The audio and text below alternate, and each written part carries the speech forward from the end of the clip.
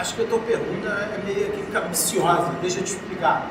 Crime é crime, não importa se o cara veste farda, se o cara tem uniforme, se o cara tem toga. Crime é crime. Então você não pode ter distinção em relação a isso. Eu vou passar depois a palavra para complementar com o Gustavo, mas eu já inicio aqui. Ceará e Rio de Janeiro estão em situação de calamidade.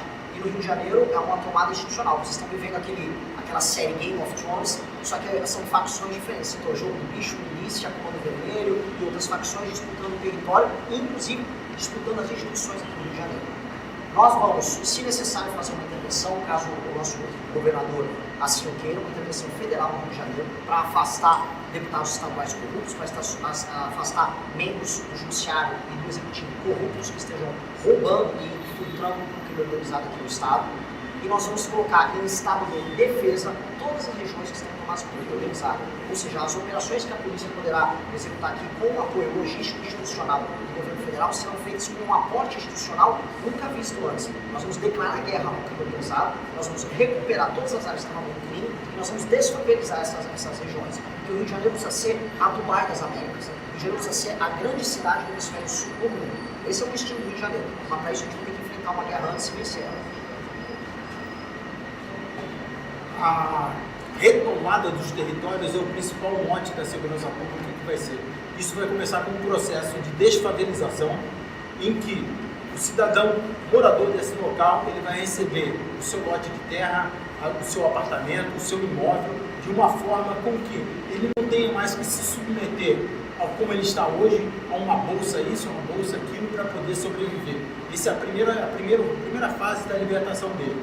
A segunda fase é a transformação da arquitetura e do urbanismo dessas localidades.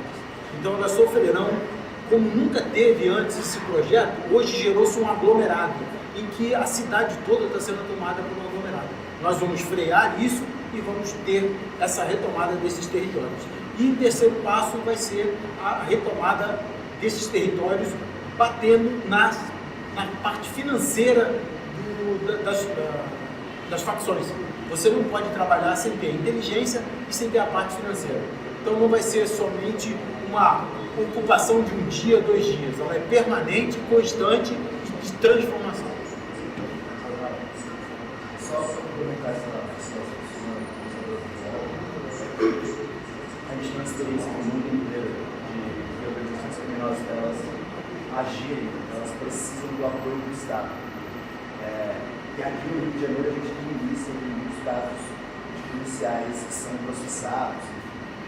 Como combater também esses crimes de policiais para, consequentemente, combater.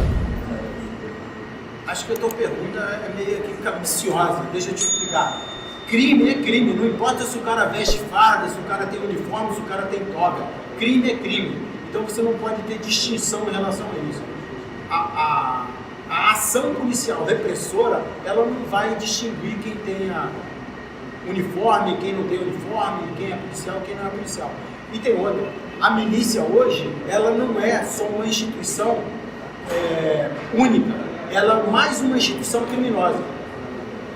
O Comando Vermelho, o terceiro comando e a milícia, eles operam no mesmo business, no mesmo negócio. Eles exploram o gás, exploram a energia, eles exploram os serviços públicos de uma forma igual. A especulação imobiliária das comunidades que é feita pelo tráfico, que é feito pelas milícias também. Então você não tem que ter distinção de ninguém. Você tem que bater em Chico e em Francisco. Só uma outra pergunta, por favor. Queria só saber como é que o senhor avalia a atuação da ministra de Moraes, mais especificamente a última intervenção de proibir as visitas do Flávio ao Jair Bolsonaro na Congressa. Bom, eu já tinha falado isso antes, acabou saindo bastante a imprensa. Parece que ele trabalha como marqueteiro do Flávio Bolsonaro, para que ele possa ficar se vitimizando permanentemente tratando esse assunto. Eu acho que isso é um assunto normal, ele não deveria transformar isso em polêmica. O Lula, quando estava preso, ele se comunicou com o Haddad várias vezes. Por que a regra tem que ser diferente com o Jair Bolsonaro? Veja, eu sou adversário do Flávio Bolsonaro, não tenho nenhum apreço por ele nem pela família dele.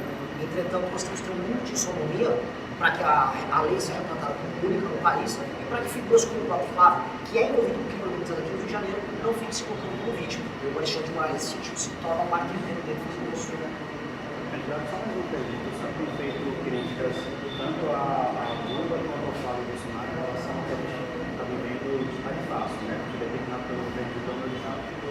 arrastou a República como presidente da República no Senado. Todo mundo sabia, antes mesmo de Trump assumir, que ele não teria essa política de alteração da tarifa e alteração do comércio internacional.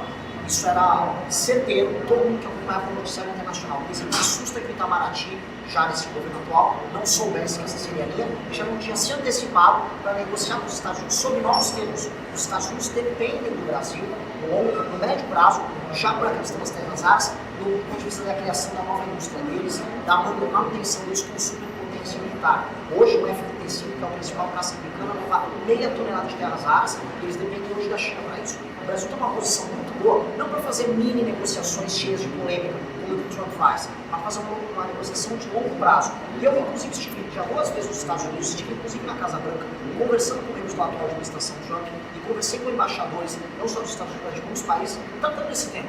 A questão é que o Lula não quer se antecipar, o Lula tem uma vinculação, uma submissão gigantesca à China, e ele gosta da briga dos Estados Unidos porque ajuda ele a vender a ideia fictícia de que o Brasil é soberano, que o Lula defende a nossa soberania. Só uma mentira da parte dele. Da parte dos Bolsonaro, eles querem apenas se promover mostrando que são amigos do Trump. Nem amigos dos Estados Unidos eles são amigos especificamente da administração Trump e ficam fazendo esse showzinho ridículo. Perde o Brasil e, no fundo, perdemos todos nós. Então, é lamentável, eu vou seguir esse outro caminho, vou levar uma negociação de longo prazo com os Estados Unidos, entendendo que os Estados Unidos dependem da gente na questão das terras raras, dependem da gente, inclusive, na questão de data centers e energia. Somos, do ponto de vista geopolítico, uma potência, e os Estados Unidos têm que levar isso em consideração, e podemos ajustar nossas relações comerciais para termos novos, muito melhores do que nós temos hoje. Rafa, qual será o seu papel como vice-governador do Rio de Janeiro? Pessoal, obrigado, boa noite. A gente fez uma inversão de chapa. Eu era até então pré-candidato a governador, o Coronel Rogério era pré-candidato a vice. E a gente entendeu que, como segurança pública é a demanda mais urgente da população fluminense, e nós temos uma lenda da Polícia Militar, nós temos o maior especialista de segurança pública do estado do Rio de Janeiro aqui. A gente achou por bem inverter a chapa, mostrando inclusive que nós somos um grupo muito coeso, dispostos em respostas para a população e não respostas a projetos individuais de poder. Então o Busnello, ele vai ficar com a parte de segurança pública, a gente tem brincado que nós teremos 2 governadores, e eu, como profissional de educação, como pedagogo, vou cuidar da parte de educação, que é uma parte muito importante para a solução final dos problemas do Rio de Janeiro. Tão importante quanto a ponta do fuzil vai ser a ponta do lápis no nosso governo. No eventual governo, quando tiver começado a candidatura, no eventual governo, perdão. Não, pode falar. No nosso governo, no eventual governo, Busnello e Rafa, a ponta do lápis vai ser tão importante quanto a ponta do fuzil. Então, no momento que a gente reocupa a comunidade, a gente precisa que essas crianças e jovens tenham acesso profundo à cultura, educação, ensino técnico, que as famílias estejam tranquilas, sabendo que as crianças vão estar seguras nas escolas, que as escolas sejam um ambiente de paz e de acolhida. Assim, a gente faz uma transformação profunda no Rio de Janeiro, colhendo resultados de longo prazo e que a gente não perde mais. Então, meu papel vai ser esse, cuidar muito profundamente da educação, de relações institucionais, enquanto o Busnello resolve o problema da segurança pública. Obrigado.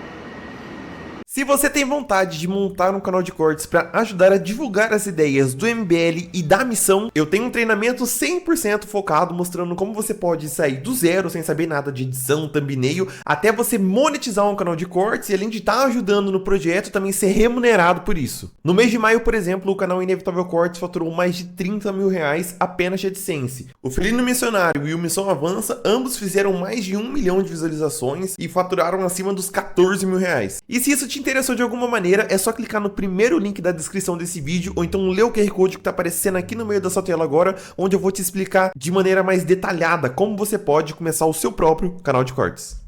Se você gostou deste vídeo, deixe seu like e inscreva-se no canal.